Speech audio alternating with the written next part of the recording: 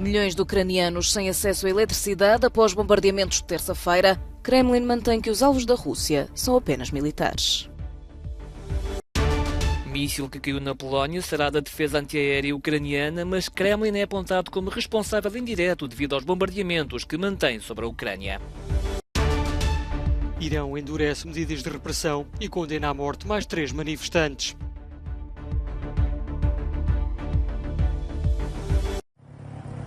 Lviv lida com os destroços depois dos ataques aéreos russos de terça-feira terem atingido áreas civis e mergulhado a cidade na escuridão. Várias infraestruturas energéticas foram atingidas. De acordo com o governador local, 95% do fornecimento foi restabelecido, mas os apagões programados continuam em vigor. Mais de 2/3 dos moradores permanecem sem eletricidade. O dia trouxe luz às ruas, mas os habitantes ainda lidam com o susto das explosões. Ouvimos as 2 explosões. A primeira aconteceu quando estávamos num abrigo e eu agarrei os meus filhos. A segunda explosão foi muito grande, a casa tremeu. Estava preocupada com isto poder estar a acontecer no nosso quintal, porque podíamos ouvir as explosões. Kiev classifica a ofensiva como a pior vaga de ataques de mísseis em 9 meses de guerra. Na capital, o bombardeamento matou pelo menos uma pessoa e deixou milhares de casas sem eletricidade. 2 centrais nucleares ucranianas foram também desativadas. Volodymyr Zelensky não revela quais, mas fala em milhões de ucranianos sem acesso à energia em todo o país. Com o inverno à porta, a probabilidade de uma vitória militar ucraniana é reduzida, admite o chefe de Estado-Maior Conjunto dos Estados Unidos. De acordo com o general, é improvável que a Ucrânia recupere em breve todo o território ocupado, incluindo a Crimeia. Acusada de querer congelar a Ucrânia, a Rússia diz manter a mesma estratégia desde o início da intervenção. O Ministério Russo da Defesa recusa comentar os ataques a infraestruturas energéticas. De acordo com o Kremlin, os alvos de Moscovo, diretos ou indiretos, são apenas militares. Belgrado, capital da Sérvia, país dos Balcãs, para onde fugiram mais de 120 mil pessoas desde o início da invasão russa da Ucrânia. Cerca de 18 mil ucranianos e mais de 104 mil russos em fuga estão a agravar a situação demográfica, laboral e habitacional na Sérvia. O russo Ilya Sekhanov chegou logo no início de março. Trabalha no ramo informático, tal como muitos outros jovens, decidiu deixar a Rússia após 24 de fevereiro e escolheu ficar em Belgrado.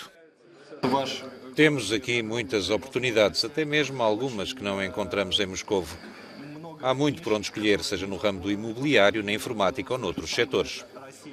Muitos dos que fugiram da guerra chegam à Sérvia com os filhos. Os agentes imobiliários de Belgrado não se recordam de uma procura de casas tão intensa, em especial por russos. Os preços dispararam e as rendas duplicaram em 6 meses. Têm de estar totalmente equipados, com bons eletrodomésticos, uma internet forte, tudo aquilo que nos permite ter uma vida confortável. A localização também é muito importante para eles. Neste ano escolar entraram 66 novos alunos ucranianos e mais de 530 russos, a maior parte na primária. Estudam lado a lado, mas com estatutos diferentes. Os ucranianos são refugiados, os russos meros estrangeiros. O Parlamento da Polónia cumpriu esta quarta-feira um minuto de silêncio pelas 2 vítimas da explosão de terça-feira junto à fronteira com a Ucrânia. O governo polaco reuniu-se de urgência de imediato após a referida explosão e em cima da mesa esteve a ativação do artigo 4 da NATO, um passo prévio para o indesejável artigo 5º, o da defesa mútua contra a ameaça externa a um dos membros da aliança. A investigação do caso ainda não está concluída, mas tudo parece indicar ter-se tratado de um míssil de defesa antiaéreo da Ucrânia, estando para já afastada a teoria de um ataque russo, que o presidente ucraniano continua a garantir. Não tenho quaisquer dúvidas, pelo relatório que recebi do comandante das Forças Armadas, de que não se tratou de facto de um dos nossos mísseis de defesa, mas sim de um míssil de ataque. A Rússia negou de pronto quaisquer responsabilidades e convocou o embaixador polaco para manifestar desagrado pela gestão inicial do caso. Por outro lado, elogiou a reação ponderada dos Estados Unidos, embora a Casa Branca mantenha bem claro que o Kremlin é o responsável indireto devido à enorme vaga de mísseis disparados terça-feira e que levou a Ucrânia a defender-se. Não vimos nada que contradiga a avaliação preliminar do presidente da Polónia de que esta explosão resultou de um míssil de defesa ucraniano que, infelizmente, aterrou na Polónia. No entanto, sejam quais forem as conclusões, o mundo sabe que é da Rússia a responsabilidade por este incidente. A União Europeia e a NATO também partilhou da mesma ideia de que a Ucrânia tem todo o direito de se defender, como pode, da agressão iniciada pelo Kremlin há quase 9 meses. A defesa mútua está no centro do tratado fundador da NATO. A Aliança Atlântica foi criada após a Segunda Guerra Mundial para enfrentar uma nova ameaça percebida do leste, a União Soviética e as armas nucleares. Agora que a Europa se depara com a maior guerra terrestre desde 1945, os líderes da NATO apoiam-se nos principais artigos sobre conflito e uso da força. O artigo 4º estabelece que as partes consultar-se-ão sempre que, na opinião de qualquer uma delas, a integridade territorial, a independência política ou a segurança estejam ameaçadas. Foi usado várias vezes anteriormente e mais recentemente após a invasão da Ucrânia pela Rússia. Envia uma mensagem ao mundo mais alargada de que a Aliança está a considerar uma possível ação. Já o artigo 5º, que consagra o princípio da defesa mútua, foi invocado apenas uma vez, após os ataques de 11 de setembro nos Estados Unidos. Estabelece que um ataque contra um ou vários aliados na Europa ou na América do Norte será considerado um ataque contra todos.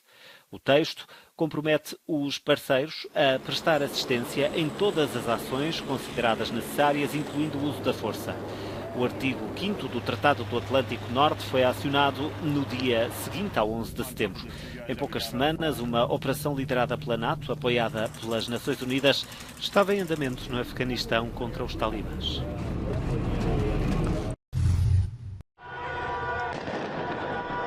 O regime iraniano endurece as medidas para tentar reprimir as violentas manifestações que há 2 meses se fazem sentir no país e esta quarta-feira condenou à morte 3 pessoas pela participação nos protestos.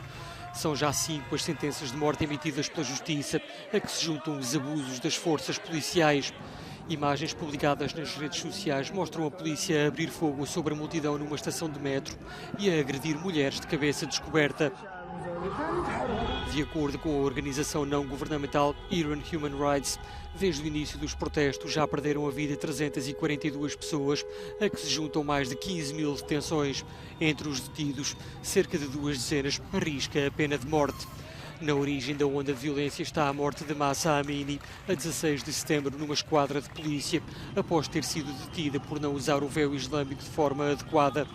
Milhares de pessoas saíram então para as ruas para lutar pelos direitos humanos e exigir a queda do regime iraniano, entre gritos de morte ao ditador.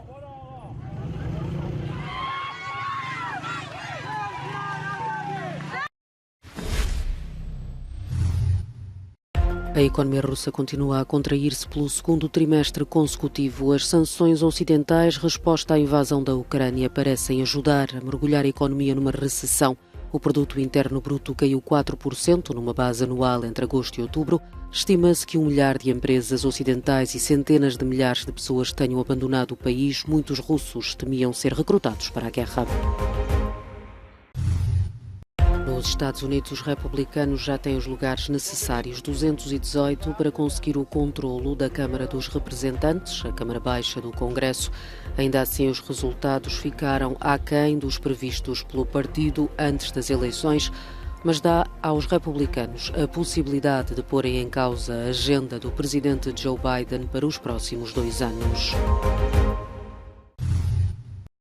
Nos Países Baixos, familiares dos passageiros do avião da Malaysia Airlines, que se despenhou em 2014, participaram numa homenagem. No dia em que decorreu a cerimónia, um tribunal proferirá o veredito no julgamento de 3 russos e um ucraniano acusados de assassinato em massa. A aeronave que fazia a ligação entre Amsterdão e Kuala Lumpur foi abatida sobre a Ucrânia. As 298 pessoas que seguiam a bordo morreram.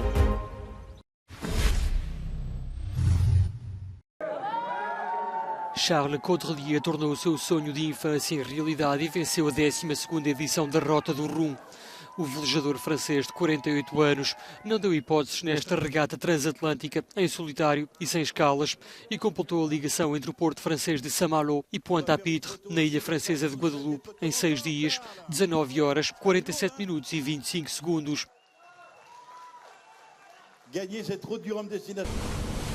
Um novo recorde, retirando quase 20 horas à marca que tinha sido estabelecida por Francis Joyon em 2018. Pouco mais de 3 horas depois, chegou François Gabard, que repetiu assim o segundo lugar alcançado na última edição.